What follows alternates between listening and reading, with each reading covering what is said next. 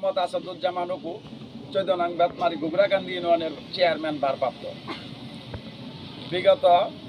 গত 27 তারিখ সন্ধ্যার সময় জনকণ্ঠের সাংবাদিক আমার নামে মিথ্যা বানোয়াট একটা সংবাদ তৈরি করেন যে আমি ওদের ঘর বাড়ি অবরুদ্ধ করে রেখেছি।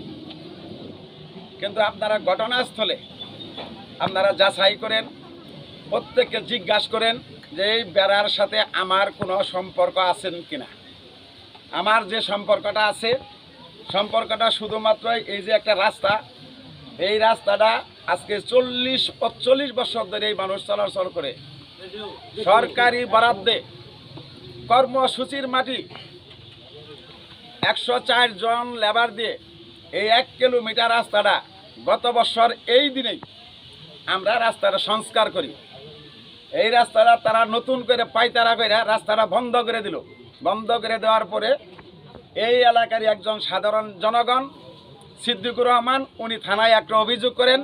শেরপুর সদর থানা থেকে তদন্ত ওসি উনি নিজে পুলিশ পাঠিয়ে এই ব্যারিকেড খুলে দিয়ে যায়, সাথে আমাকে নিয়ে খুলে দেওয়ার পরে আজকে বৃহস্পতিবার ওনার পয়সা জায়গা জমি মিট করে দেওয়ার কথা, কিন্তু গতকালকেই উনি আমার নামে এই যে দৈনিক জনকণ্ঠ সাংবাদিক সাহেব উনি মিথ্যা বানোয়াটভাবে আমাকে এই দেশ এবং জাতির কাছে ছোট করার জন্য, হেয় প্রতিবন্ধী করার জন্য উনি মিথ্যা একটা সংবাদ প্রচার করছেন।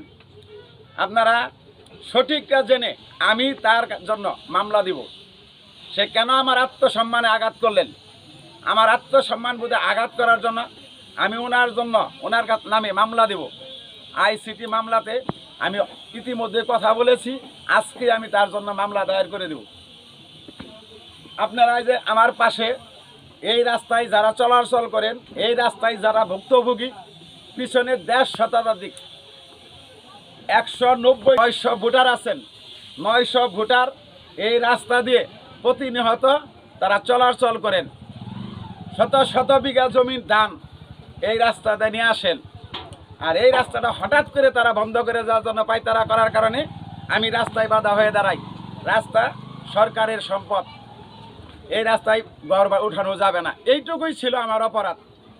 পরক্ষণে এই রাস্তাটা এই এলাকার জনবসতি কিছু করে টাকা তুলে ওনার যে ভাই আছে, ভাইয়ের মেয়ের কাছ থেকে 2 শতাংশ জমিন সাবকাওলা ইউনিয়ন পরিষদের নামে দলিল করে নিয়ে আসেন, যেন এই রাস্তাটা কোনোভাবেই বন্ধ না হয়।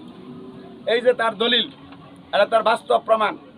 গত 26 তারিখে এই দলিলটা পাশ করছেন। আবার যে বেড়া দিছেন ওনার নাম ফুলাস জুলহাস, ওনার দলিল এটা, ওনার জমিনে উনি বেড়া দিছেন, ওনার দলিল আছেন 2007 সালের দলিল, ওনার বিআরএস আছেন। তাহলে সেখানে আমার নামে কেন মিথ্যা সংবাদ শোনাইল? আমি আপনাদের কাছে এটা আমার প্রশ্ন, এই জাতির কাছে বা এই দেশের কাছে আমার প্রশ্ন। এই যে দলিল, ওনার এই দলিল দেয় 12/1/1978 সালে দলিল করছেন। 8 শতাংশ জমিনের মালিক রসুল, ওনার নামে দলিল আছেন, ওনার নামে যে রেকর্ড আছেন, রেকর্ডের কাগজ আছেন। তারপরে ওনাকে জমিন তারা দখলে দিচ্ছে না।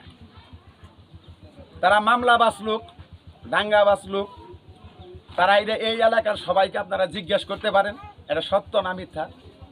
ওনাদের আসলে মূলত 1 চুল পরিমাণ জমিন এই দাগে নাই, না থাকার সত্ত্বেও ওনারা মানুষের জমিন যখন দিবে না, সেখানে আমার কি করার আছে? আমার তো কিছু করার থাকে না বা বলার থাকে না।